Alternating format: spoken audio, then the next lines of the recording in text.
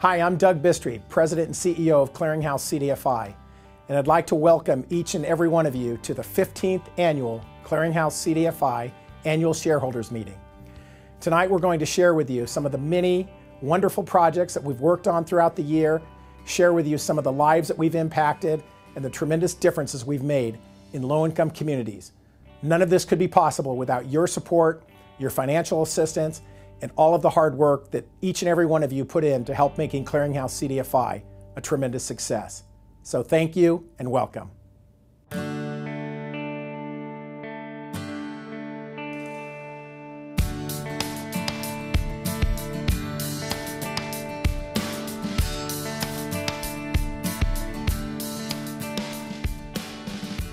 Whose idea was it to start CDFI? Boy, it goes back a while. We had the clearinghouse.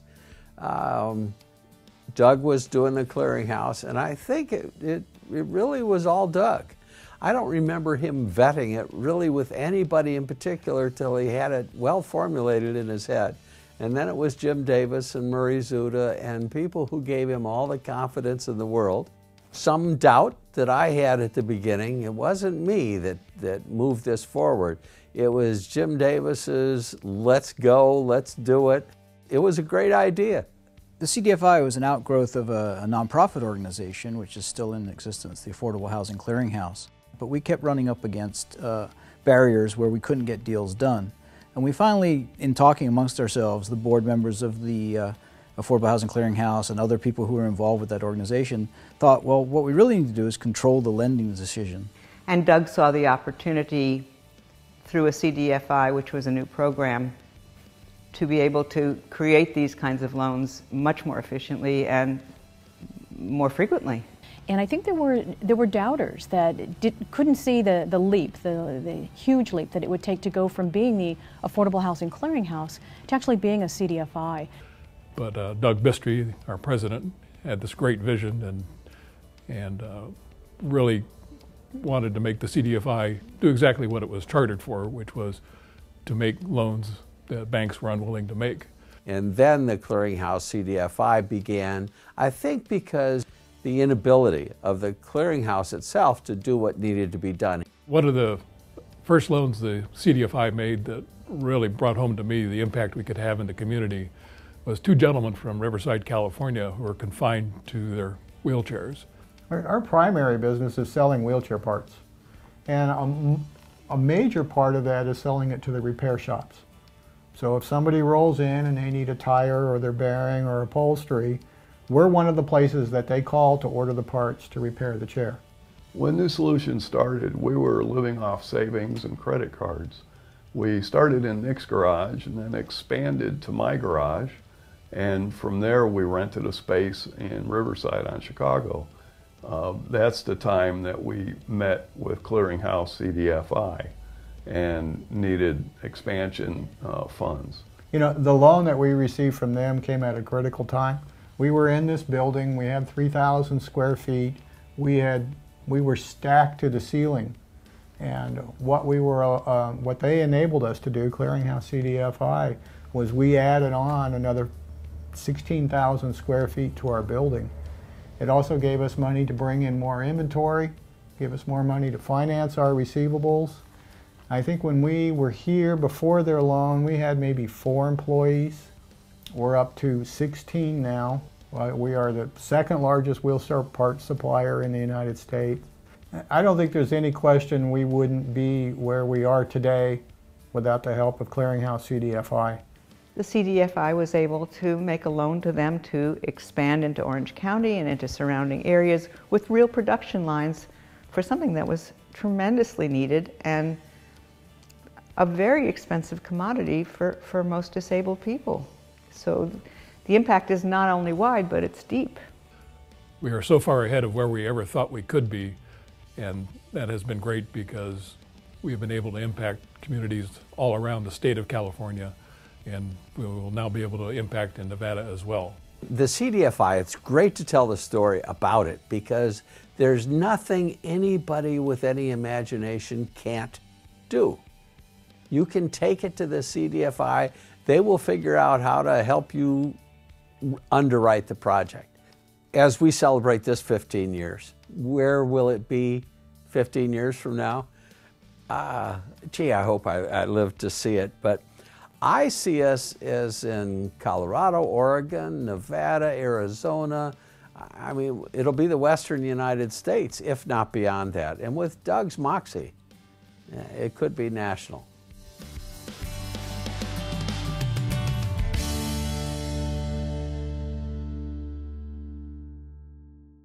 "15 years ago, when we started Clearinghouse CDFI, I could never have imagined the success and the growth of this corporation.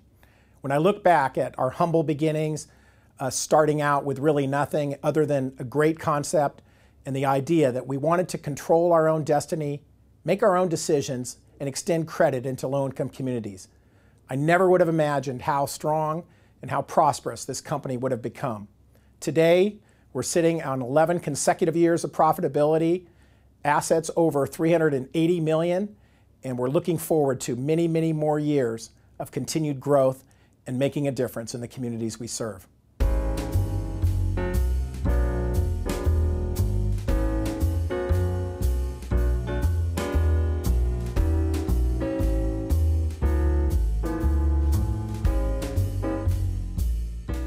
SFJAZZ is a nonprofit arts organization. We focus on jazz, so when you think about wherever you may live, there is a symphony or a ballet or an opera in your city. We're like that. We put on the San Francisco Jazz Festival, the SFJAZZ Spring Season. We have a range of education events. I think we're the premier jazz organization on the West Coast. And we got a small grant from the city to start a jazz festival, and it started very humbly in 1983. So it grew from 2 concerts to now over 150 concerts a year, from a budget that was $27,000 in the first year to almost $7 million now. So for about 10 years, it's been part of the actual conversation among the organization, with the board, trustees, et cetera, as well as with staff, to figure out how can we actually get a home for SFJAZZ? How can we anchor SFJAZZ in the community with an actual physical location? And in the process of having conversations with people in the community about how does one get the money at the right time to do the construction that you need, people mention this new markets tax credits element to us. This one was dear to my heart because I had lived in that neighborhood maybe 10 years back, and to see this transformation of a world-class institution like SFJAZZ come into the neighborhood and want to build their headquarters there was really meaningful for me. It's in a great location. It's right in the Hayes Valley neighborhood. We've worked with Clearinghouse CDFI since program inception on some of the first new markets tax credit deals ever closed. And knowing that experience, having that track record with Clearinghouse CDFI was really important as we looked at community development projects. But I think the thing that separated Clearinghouse from the other CDEs was their leadership. And in a multi-CDE deal, you always need that CDE who's going to step in and take the lead and really drive the transaction towards close. For me, it's such an interesting notion around what community and urban development actually is, that if you go 2 blocks in one direction, you're having a fantastic dinner at a great restaurant. If you go 1 block, not even a block, if you just cross the street and then start walking down, you're at people just who really, really need assistance. Our organization itself is going to add about 24, 25 jobs as a result of having the SFJAZZ Center. On the construction site now, there are a range of people working, and at any point in time, there's probably going to be up to about 100 FTEs on the site.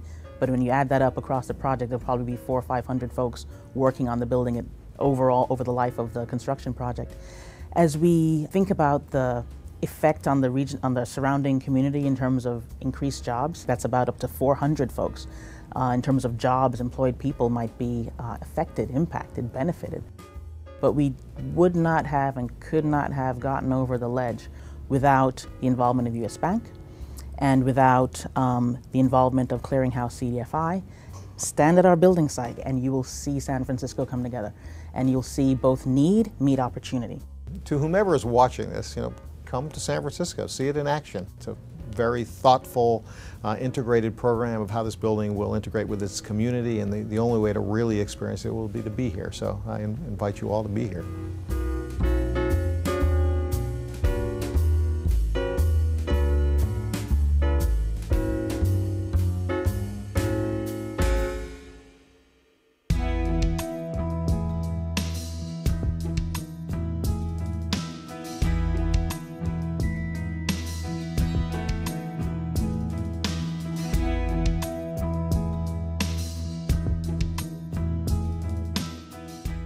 So the Mural project came about through our partnership with Chase Bank.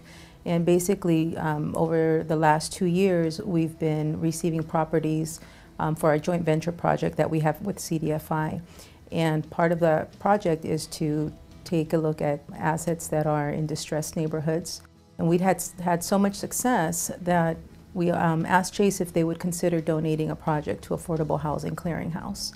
And the project that they decided to donate to us was 910 North Muriel. It was in a very blighted neighborhood. Most of the houses on the street were in pretty good condition. They were well maintained by their homeowners. This particular property was not maintained at all. It was basically a rehab from the ground up.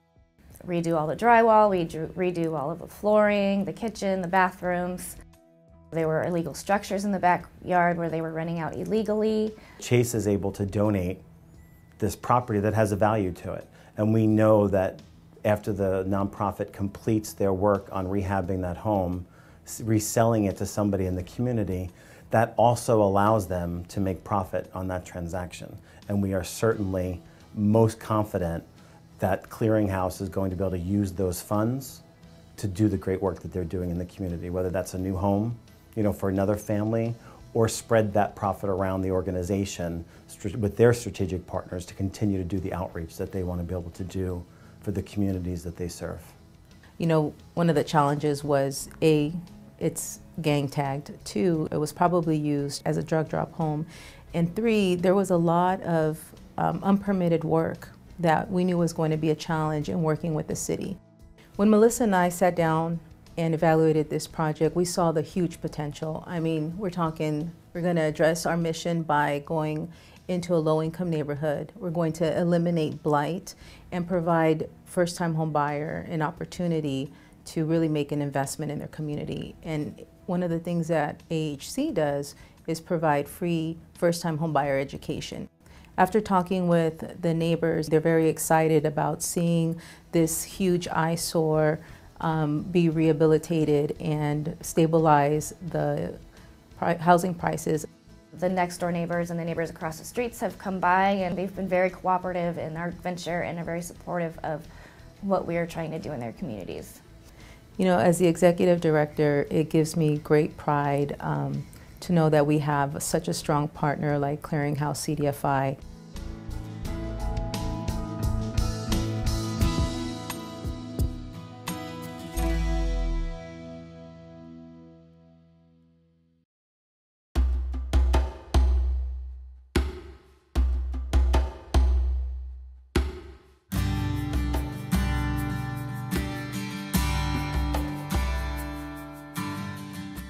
Hi, my name's Carlene Hunter, and this is my business partner, Mark Tilson. We're co-founders of Native American Natural Foods, which is a manufacturing business located on the Pine Ridge Indian Reservation. We have close to 50,000 enrolled members that live on our reservation, and it's about as big as the state of Connecticut. We have another company that we started over 16 years ago, and the mission of both companies is to provide economic opportunities for Lakota people. Our reservation hovers around 70% unemployment, and average per capita income is around $5,600 a year. We're in the 3rd poorest county in the United States. And in about 2004, our buffalo producers were having a hard time marketing their buffalo. And so we brainstormed with them, and why don't we get into manufacturing original and authentic native product? And we came up with a tonka bar that's based on our traditional recipe of wasna. And this is buffalo and cranberries. When we were getting ready to launch the product in the summer of '07, the Lakota Fund, OWISTA, and the Opportunity Finance Network brought a tour of people through the reservation, and we were just training our sales team. And it was the first time we'd ever brought a group of people into our office. We said, well, let's have the sales team present to them. And little did we know that Doug and his mother and the leadership, some of the leadership of your organization would be there. And that was the beginning of a very long-term relationship. We went and met with every bank in South Dakota. And even though we had the promise of a government guarantee, we were not able to get anybody to lend us money. I said, Doug, you know, nobody will invest on the reservation. We have a product that's growing. You know, we're distributed by the largest natural food distributors, but because of the cost of buffalo, we're out of cash and we're going to close in May. And he said, well, why don't you ask us for money? He said, we've never done a deal on the reservation, but we're good at getting resources into communities that don't have access to resources. This is why we're here. This loan and this investment is combined to not only keep Native American natural foods in business, because literally there would be 16 families on the reservation without jobs. Those people would have all been laid off, and Carlene and I would have lost both of our businesses. So what you all have done is historically significant, and it took a lot of courage, and we don't take that lightly, and we view the stewardship of your money very seriously and work really hard to make sure it will pay off. In the fall of 2011, the Tonka Bar is the #1 selling dried meat snack in the natural food category in America, coming from the poorest reservation in the country. And I think everybody who's been part of this and helped to finance this needs to take a deep breath and think about this.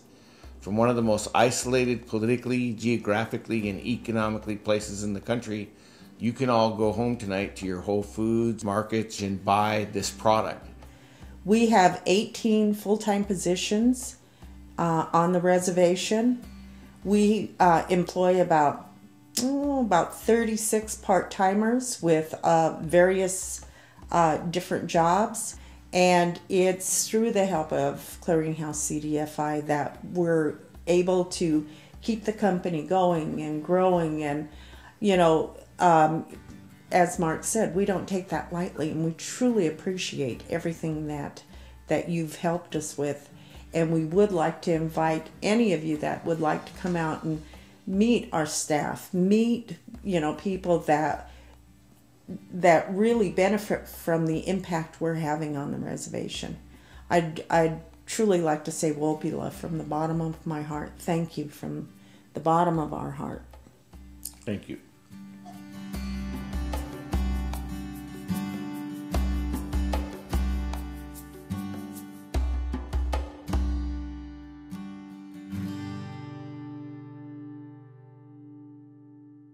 As we look forward to the next 15 years for Clearinghouse CDFI, I hope that we can maintain the rate of growth that we have enjoyed in the last 15 years.